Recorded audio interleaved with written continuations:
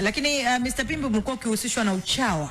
Watu wakiamini kwamba unakuwa unafanya uchawa. Yaani kama unamsifia Dar Boy kafanya kitu kizuri, inawezekana wewe unafanya kwa mapenzi tu. Lakini kuna watu wanaamini kumsifia kwako Dar Boy, unamsifia kwa sababu kuna vitu unanufaika nacho. Kwa nini unakutana na hizo comments za namna hii? Hapa naomba niwajibu vizuri sana. Na hili swali nimekuwa nikilisubiri kwa hamu kubwa sana. Chawa ni mtu kama Baba Levo. Umeelewa? Yuko wazi kabisa. Baba Levo huwezi kumsikia anakuja anamsifia Alikiba hapa hata siku moja. Ni adimu sana.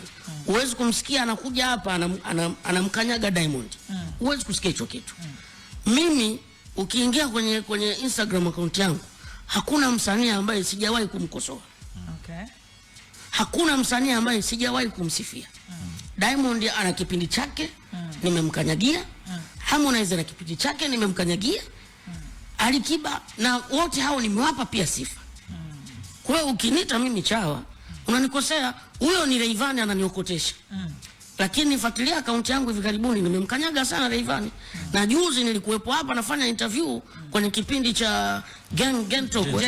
Yes, nimemkanyagia Rayvanny, lakini jamaa yangu na ni bosi wangu. Na ananipigia mpaka simu. Lakini nimemkanyagia. Okay. So mimi sio chawa. Kwa mtu ambaye anasema ni chawa, ni yule ambaye hapendi kusikia natoa kasoro kwa msanii wake. Huyo ataniita michawa.